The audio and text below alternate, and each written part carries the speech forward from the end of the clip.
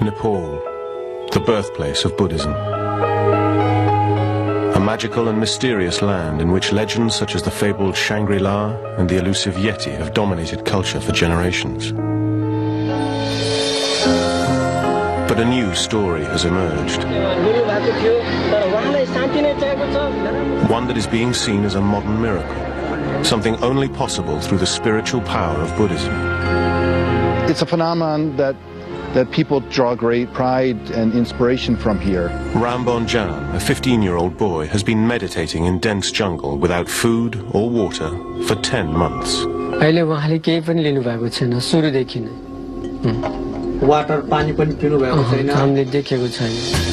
Many suggest he is a physiological and cognitive freak with such immense power of mind over matter that it could change the way we look at modern science and medicine forever. If he's truly gone without food and water, it's difficult to explain on a purely scientific basis, so you'd have to bring in spirituality in here. As millions of pilgrims flock to the site, we'll explore the truth. To see that in the middle of Nepal, in the middle of all the crowds around, that's very, very special and very questioning, of course. Is he the second coming, Buddha reincarnate? Or is this something far more sinister? An elaborate hoax in which a young boy is being starved to death before our very eyes for profit.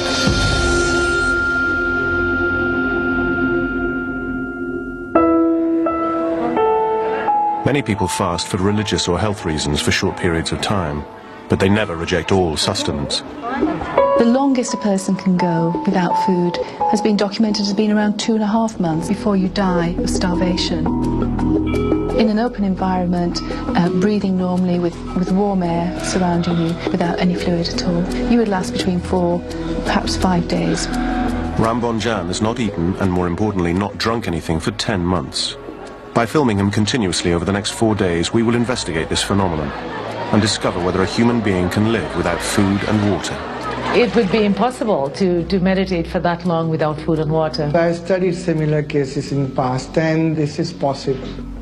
Through his deep meditation, he's gone into a hibernating state, and he is living on spiritual energy. I can't accept that. It goes against what I know about how the body works, about the nutrition that you need. He's getting food and he's getting fluid from somewhere. Ram has never been scientifically tested. He sits undisturbed as millions watch his every move. If he did the same thing in Birmingham or in Baltimore, I'm not sure that the society would perceive him in the same way. Why isn't he in school? Why doesn't he get a job? He should be doing something. Nepal is a country relatively untouched by the global market, when 90% are devout Hindus and 10% Buddhist. I think it's a great story for Nepal. I mean, I think it comes to the right time. Nepal is in a state of political turmoil.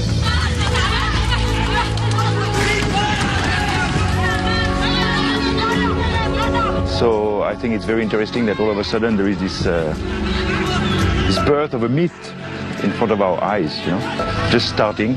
Nepal faces a stark, desolate reality without its religious beliefs. I don't know if the story of Ram Bahadur Bomzan appeals to a certain consciousness now, looking for some saint, some figure, someone who can perform miracles at a time when life seems so tawdry and broken and uncertain.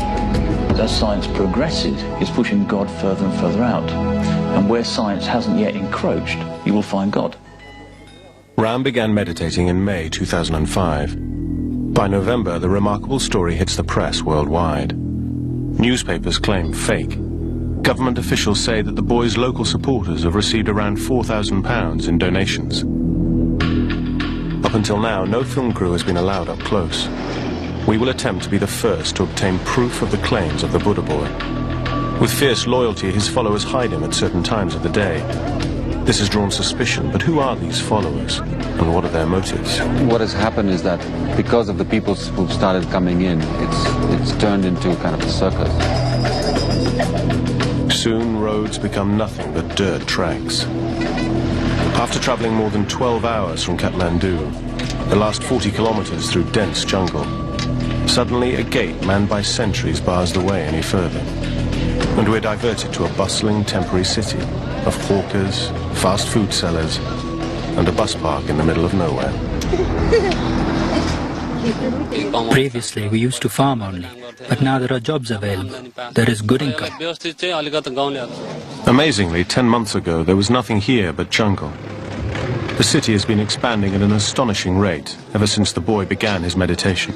There is a kind of economic desperation which perhaps a phenomenon like this would attract people. I used to run a restaurant in the city, but this one makes much more money. After walking 5 kilometers from the temporary city with the throngs of devotees, we are confronted by crowds 20 deep and the boy surrounded by a series of barbed wire fences. We have to fight our way through just to get a glimpse from the 50-meter fence.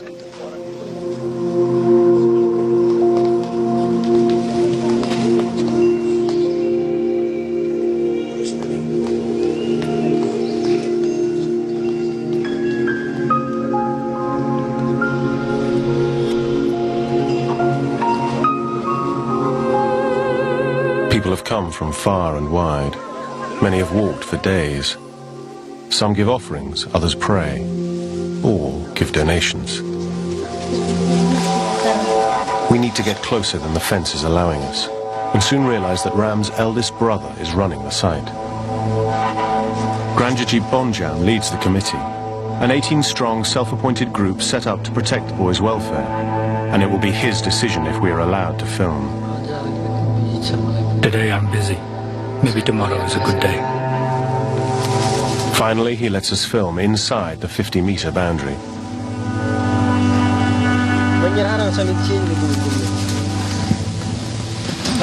Unfortunately, just as we reach a second fence at a distance of 25 meters from the boy, we're stopped from going any further. So it is here we start recording. By the end of our first day, Ram has not moved a muscle since we began filming 8 hours previously. If you wanted to prove that he really wasn't taking any fluid at all, you would have to film continuously for at least 4 to 5 days. At 10 p.m. we are moved back to the 50-meter fence, too far away for our infrared cameras to pick out the boy. Without water, even under reasonably good conditions, you're talking about lasting no more than about 4 days. He's trapped behind a gate padlocked by the brother. He has the only key. It is the only access in or out. By staying at the site and continually filming, we hope to find some clues to support Buddha Boy's remarkable claim. In Nepal, Ram Bonjan, a 15-year-old boy, has been meditating in the hollow of a tree for 10 months. He plans to continue for 6 years. I do know of a case of a medical student who did survive without food for something like 43 days, but he was able to survive on snow. So far, his supporters claim he has not eaten or drunk anything. I get the feeling this is going to be slightly different than some of the other Hindu scams that have happened. Some of these are not genuine holy men. They have long beards and then they smear themselves in ashes and then they would be in cahoots with the local villagers. This one, I think, will carry on a bit.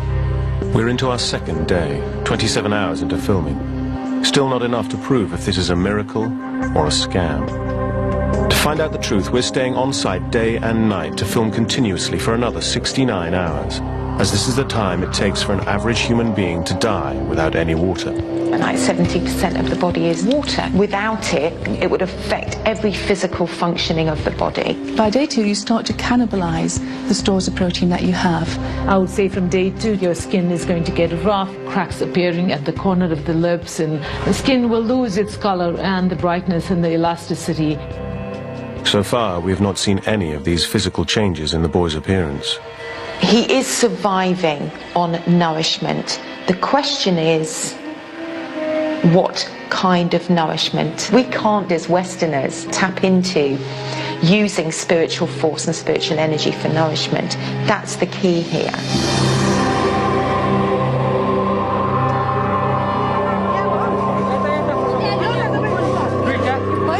Every morning, an army of hawkers move in, selling Buddha Boy merchandise, including brochures, photo albums, and DVDs. We started selling these CDs a month ago when we were allowed to do so. Many of the sellers and pilgrims think he is the reincarnation of Buddha. His dream has been to gain Buddha's knowledge and spread the light of peace. The similarities are uncanny. Siddhartha, the Buddha, was born a mere 150 miles away, to a mother with the same name, Maya Devi. Both chose to meditate for 6 years under the same type of tree and follow a life of abstinence. Buddha eventually found enlightenment through meditation, and that is what Ram is trying to achieve. You can see a light coming from the top of his head and sometimes from his forehead. Many of the stories that are circulating the site are probably just gossip, but they all feed the myth and the growing aura of the boy. One story that started the legend was that poisonous snakes bit him on 2 separate occasions. I saw him after the snake bite, and he looked very pale. Cobras and vipers are common to the area, and their bite is fatal. Incredibly, Ram required no medical attention from the bites. Because of his meditation, he flew, the poison. I heard about it. Some saw the blood, but no one saw the snake. He was sweating there, and with the sweating, his poison was gone. The boy himself does seem to have some spiritual powers. If we were bitten by a snake, we were already gone. Just because of his pure meditation, he's alive. You know, you could question if you don't believe in these things, but the people seem to, his family seems to have faith in it, so we have to sort of recognize that. True or not, it is apparent that Ram Bonjan is putting himself in danger, not only by refusing sustenance, but also by sitting exposed to the elements and wildlife. This fatalistic attitude to death is very common in Asia. So at this time, he lacks calories, he lacks proteins, he lacks vitamins, and he lacks water, so he would be susceptible to illnesses. He's got no ability to maintain an immune response or to support an immune response, and it does increase his risk of dying from an acute infection.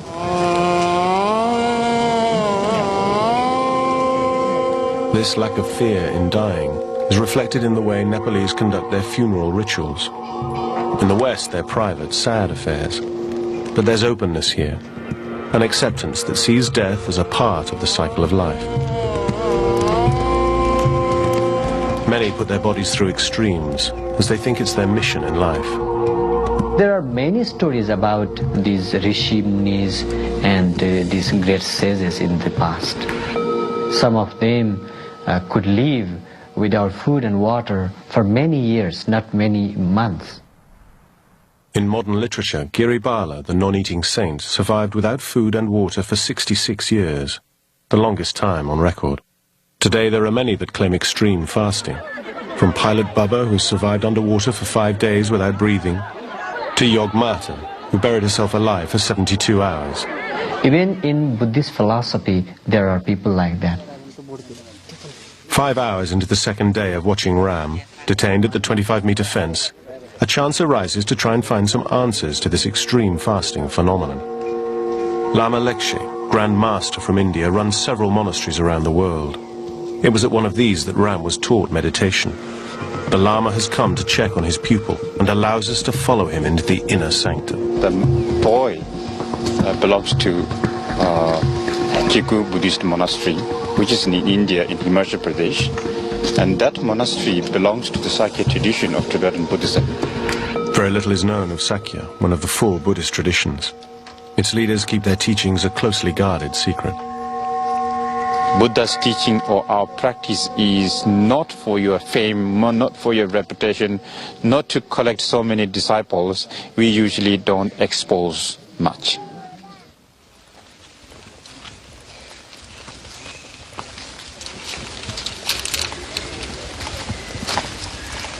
We have another meditator. He has been doing this for the last 30 years. Today, his hairs are so long that he can't stretch down, so he put the small bag hanged behind and then put all the hairs into that.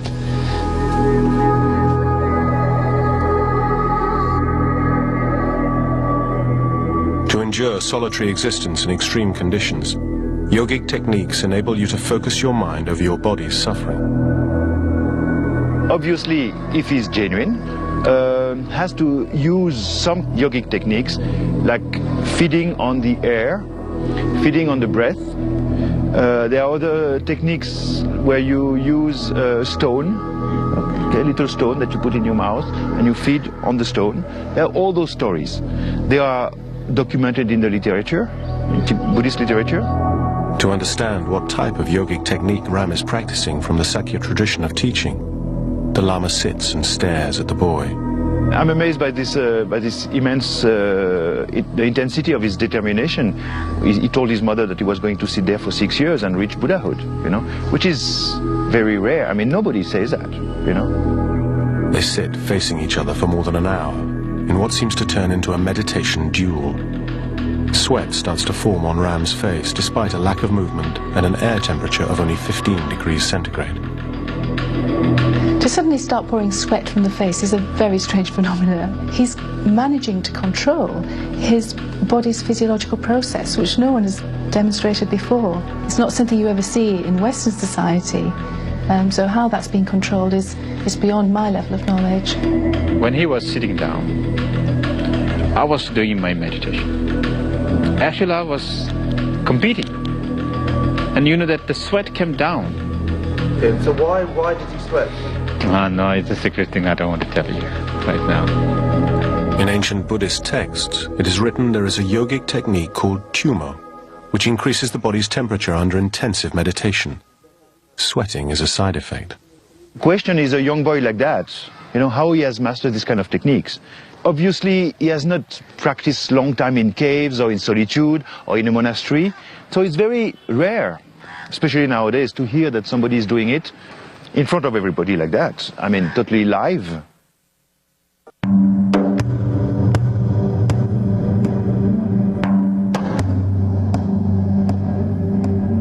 To understand how Ram learnt the practice of tumo and continues to survive without food and water, we must look into his past and his first visit to Lumbini, the birthplace of Buddha. These places are the power point.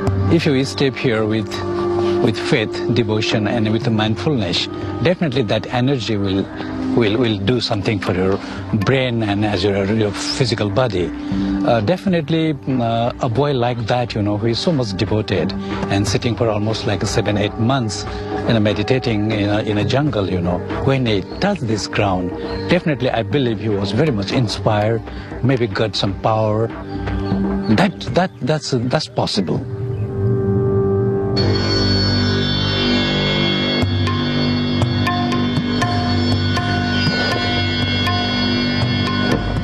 After Lumbini, Ram chose to study at a secret Tibetan monastery near Dehradun, India, 10,000 feet up in the Himalayan mountains and cut off from civilization.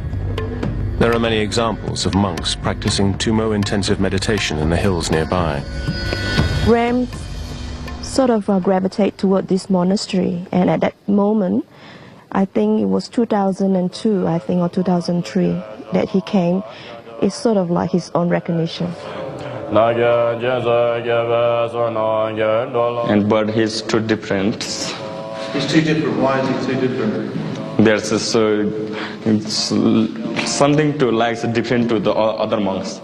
Tumo is a particular form of Tibetan meditation where the exponents are capable of withstanding extremely harsh conditions with very little food, very little water, and very little clothing. Some lamas are doing meditation in the icy Himalaya. From their body they bring the heat. So, same way, maybe he has done that. American scientists tested the theory in 1982. Monks were soaked in sheets of cold water. 45 minutes later, steam began rising through the cloth. Some of the studies that I've been doing have shown that even novices using Tibetan chanting can increase their tolerance to cold press of pain by 100% or more.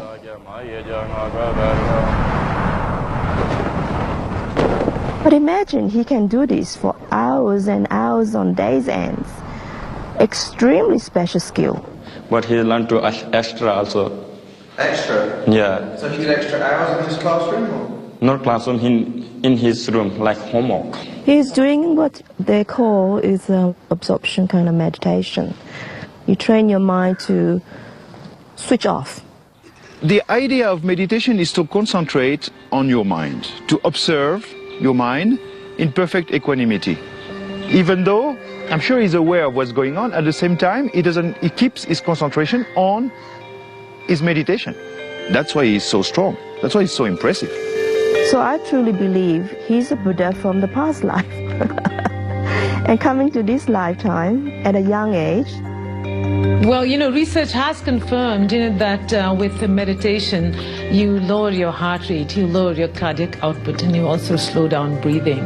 So you really lower your metabolism to a level that much less food can really sustain you. But starving for 7 to 8 months, that has not really been looked at. Especially Chinese people think that if you don't drink and eat, it's something. It's not for the Buddhists. It's nothing to surprise. Buddhists always think that you can change anything if you can control your mind. On returning from the monastery in India, Ram spent an unhappy 5 months at home before leaving to meditate in the jungle. His meditation was disturbed many times before fences were set up to protect him. Suddenly, our filming is cut short again, as the brother catches us within the inner fence. He fears we got too close. His followers escort us from the area.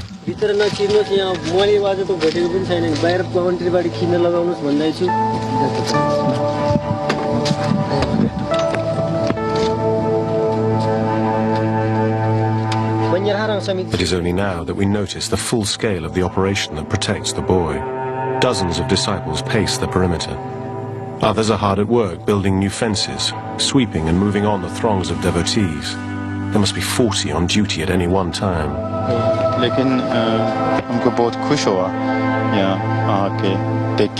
Ram's brother has created a fortress around the boy. He lives in constant fear that someone will one day break the meditation. Despite his hostility, the brother unexpectedly offers to take us to the village where Ram once lived, allowing a camera to be left at the site to continue filming to prove Ram doesn't move. Yeah, this is my house.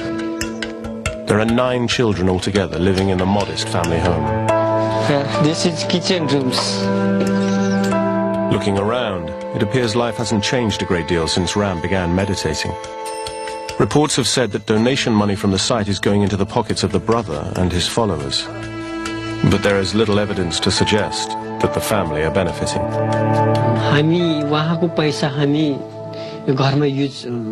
We do not use his money for domestic expenses, but deposit it into a bank account. Obviously, once we have deducted the running costs of the site, like food and other such requirements for the volunteers and the committee. Obviously, I feel some pain. He spent a long time in the jungle alone. It rained for 2 months at first. I feared he might die. I asked him to join a monastery and was even going to spend 200 or 300 rupees on it. He refused, saying it was impossible for the teachers to give him that level of education he needs. He wanted God himself to be his guru.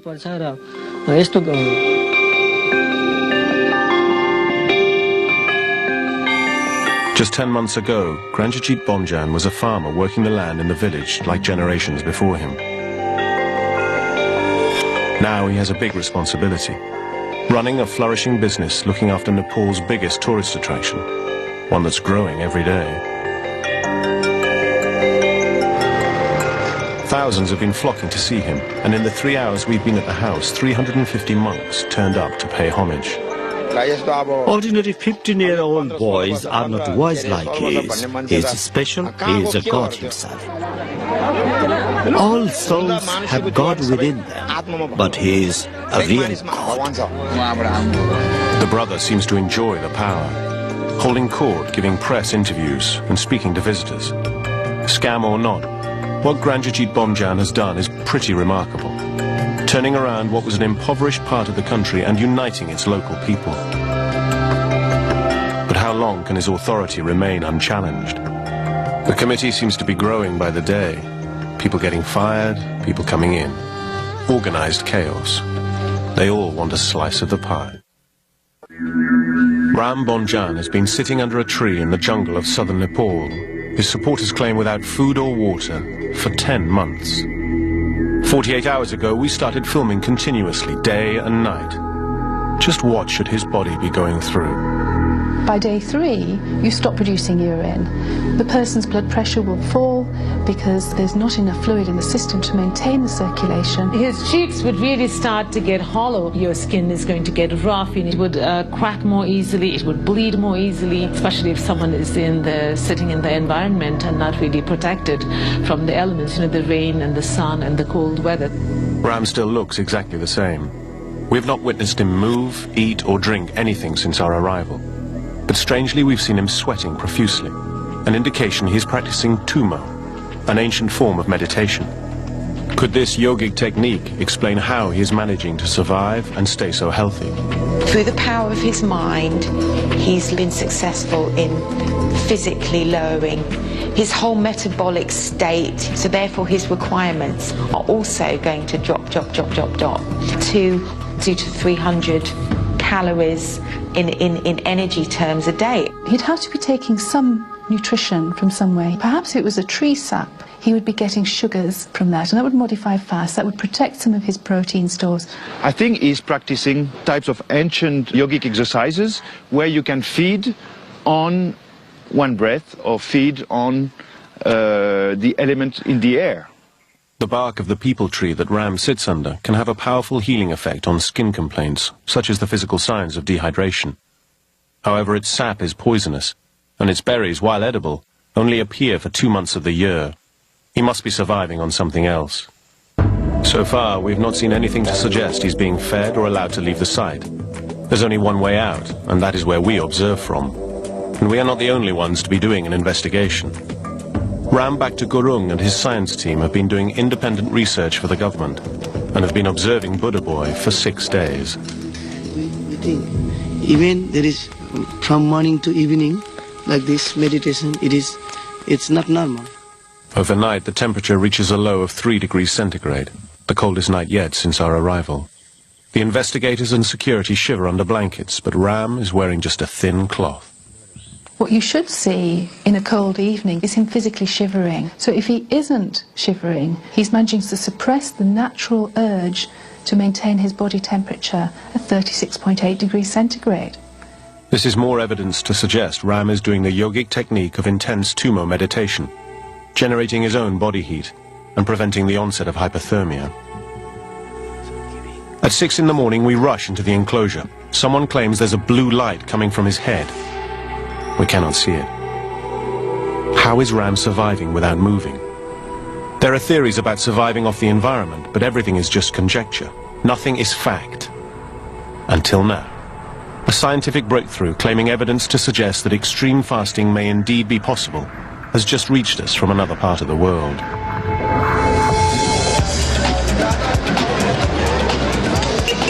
A doctor in Ahmedabad, India, has contacted us after witnessing the boy on television. He says that his team have made a discovery that could finally solve so many questions. I was really fascinated to see the boy who is fasting for 6 to 8 months, and that is not at all really so exciting to me because I studied similar cases in the past and I can understand this is possible. Dr. Shah's most famous case is Prahlad Jani, a holy man who claims he has not eaten or drunk anything since he was 12. I haven't eaten anything, not even now, even though I'm 80 years old. That made me really quite excited because I knew that this is something going to change the feeling of medical work. Although I walk 100, 200 kilometers in the jungle, I never sweat, nor feel tired or sleepy.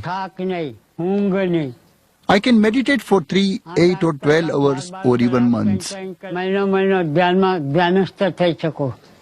Prahlad Jani recently spent 10 days in observation, watched and filmed 24 hours a day. Minute to minute, second to second. And he was kept in a cabin which was sealed from outside. The bathroom was sealed. One of my assistants would remain with him all throughout 24 hours in changing duty.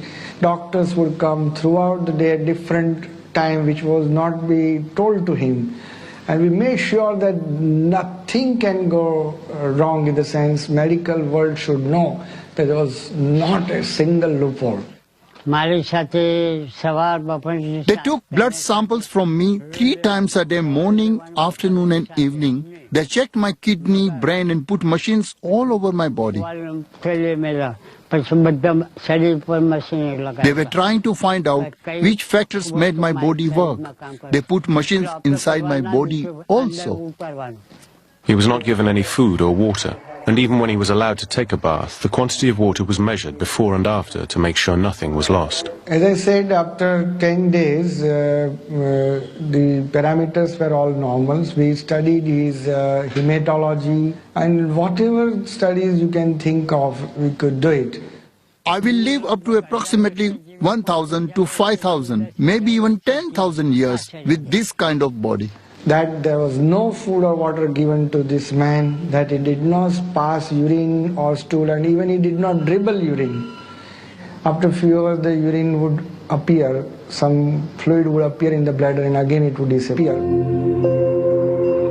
It is possible to modify fluid intake so you produce a very small amount of urine each day. And if he is covered with a cloth, the chances are he could urinate and it would evaporate from the ground or soak into the ground without anyone noticing. Modern medicine tells us that an average human can only survive for 4 days without water. While confined, Prahlad Jani incredibly lasted 10 days under observation. Dr. Shah has a theory on how he's managing to survive without food or fluid. He feels the holy man is feeding off the sun. Hiranandhan Manik used to do solar gazing. He says that you have to go to a flat ground and barefooted and just look at the sun. It's impossible for us to generate heat or light energy from looking at the sun, almost likening it to photosynthesis, which is the process by which plants generate their energy supply. And this is absolutely impossible for a human being to do. On the first day you look for 5 seconds, but without blinking your eyes. Every few days you increase few seconds, and maybe after a month you come to a minute or so. In fact, staring at the sun would damage the retina of the eye. Scientists from America also examined him several times in ophthalmic system, and he found nothing abnormal. The sun transmits energy through a hole in the holy man's throat, producing a sticky solid lump that he can redigest. This, he claims, refuels the chakra power points in his body. It is not a miracle, it is supernatural. Could these results provide the answer to how the boy is surviving without food and water? Unfortunately, we cannot take Ram to a lab. For us to have any chance of replicating the doctor's findings, we must head back to Nepal and set up once again from the beginning for 4 days and 4 nights of continuous recording and observation. However, when we get back to the site, we are met with a very different scenario. While we were away, 59 people witnessed Ram spontaneously burst into flames as fire erupted from his chest.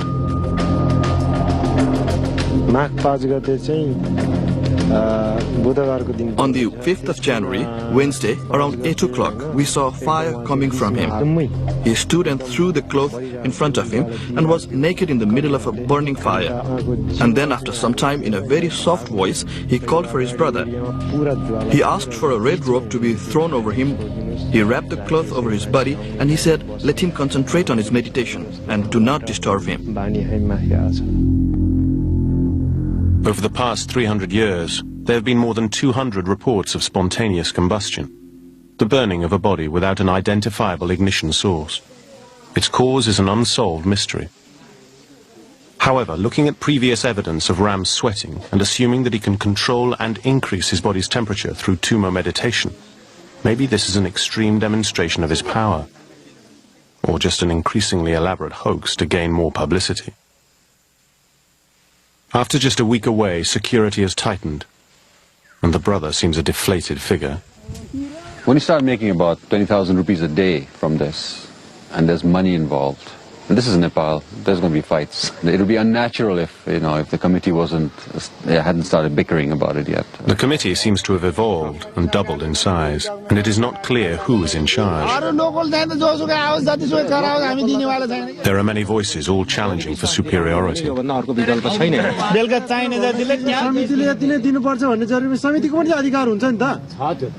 The family probably would feel left out of all this and probably feel like their son's original purpose has been defeated by all this money making, and that is very un-Buddha-like. There seems to be a split within the committee as to whether or not we are to be allowed to continue. In fact, the government's response has been very interesting. Originally they said, well, we're going to test the boy. The Royal Nepal Academy of Science and Technology is going to go and take blood samples and do a DNA test. I don't know why DNA, but they haven't done it yet. The government of Nepal requested us to visit that site and observe what's happening it. We went very close by and we observed very minutely. His body is almost dead, only the head part is live.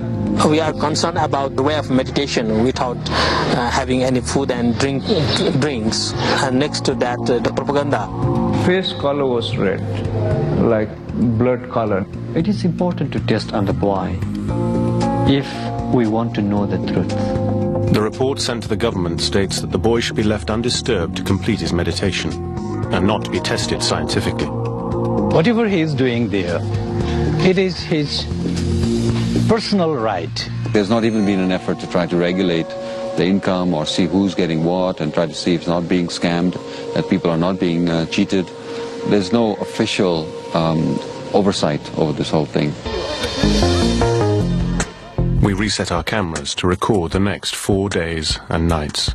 The length of time it takes for a human to die without fluid. This is the only way we can prove if he is genuine or not. After 48 hours of continuous observation, Ram still hasn't moved. What is almost unbelievable is the fact that this child manages to stay in the same position during waking hours and sleeping hours. Try sitting for 30 minutes or an hour, 3 hours, not moving, just concentrating. And within 24 to 36 hours, where the skin surface reaches the contact point of where you're sitting, you will get damage to that skin area. And the formation of what we know in the Western world is called a pressure sore. It is the most challenging thing he's doing it. Incredible. A few hours later, he begins fidgeting and jerking. What you probably notice if you scrutinize your footage very carefully is that there are very small changes. What he's actually doing is shifting balance maybe from one buttock to another to relieve pressure points and allow blood flow back to that tissue.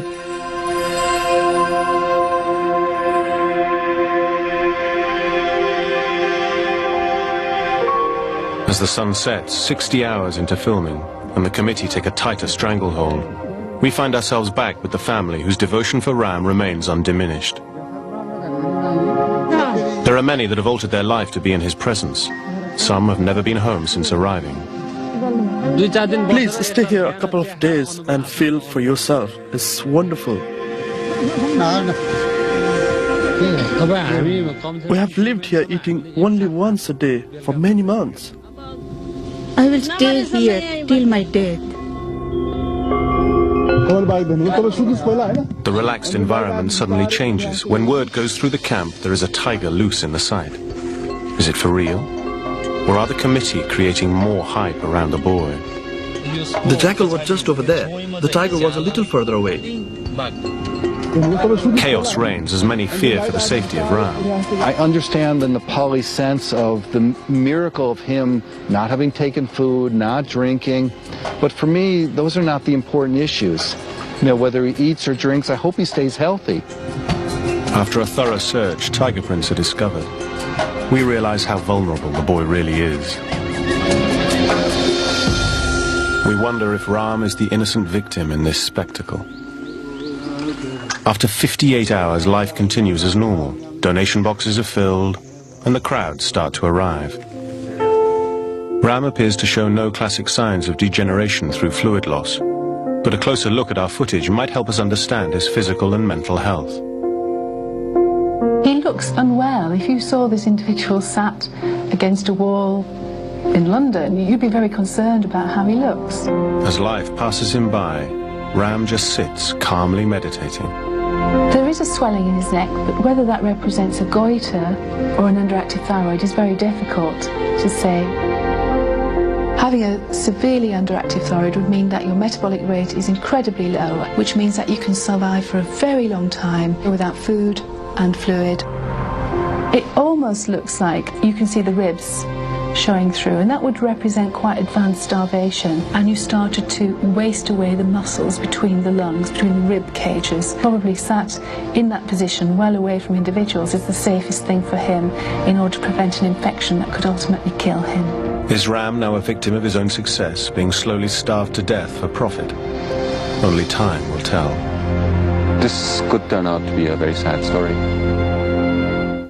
We have been observing Ram Bonjan continuously in the jungles of Nepal for 86 hours. In that time, we've not seen him take any food or fluid or show any signs of dehydration. An average human should be just a few hours away from death. With a prolonged deficiency of food and water, your brain is going to lack the glucose, you're not going to have enough fluid in your system. As you progress without those fluids, you become delirious. On day 4, that confusion will get worse. You may start fitting, your body is going into kidney failure, and ultimately the person dies of dehydration. To rule out foul play within the secure inner enclosure, we defy the committee and enlist Prem Lema, Ram's oldest friend and carer, to get a closer look. In the beginning, he used to walk around this tree in the morning, chanting mantras. After that, he meditated for 3 months before going into the deep trance that he's in today. After a thorough search inside the tree and the ground area surrounding Ram, there's nothing suspicious. No food pipes buried or supplies hidden. Are people there creating a scam for us to believe in? I hope not. It would be an elaborate scam to do that. Surely if it was a scam, someone within the committee would have let on, told the papers, weakened for money. The people in this area, they don't tell lies. They tell the truth that you have to. That is also the proof. After 96 hours of filming, Ram has defied modern science by continuing his meditation and remaining alive. Many of the pilgrims at the site are from a scientific background and are torn by what they see. Is he a miracle or a myth? त्यति गरेपछि यो विज्ञान rewrite हुन्छ यो विज्ञान failure भयो हेर्नुस् यो modern मेडिसिनको म डाक्टरको कामै छैन यहाँ है विज्ञान फेलर भन्ने मिल्दैन कि यसमा के छ विज्ञानले अहिले सम्मको जति आविष्कारहरू गरेको छ नि हजुर We have whole religions built around miracles. Jesus rose from the grave. Millions of people believe that. That's the center and core of their religion. Or do we say in another culture it's not possible? Everything is possible. त्यो meditation गरेर modern medicine हैन त्यो medical साइन्सको कुरा गर्नुहुन्छ नि medical science पनि अझै पनि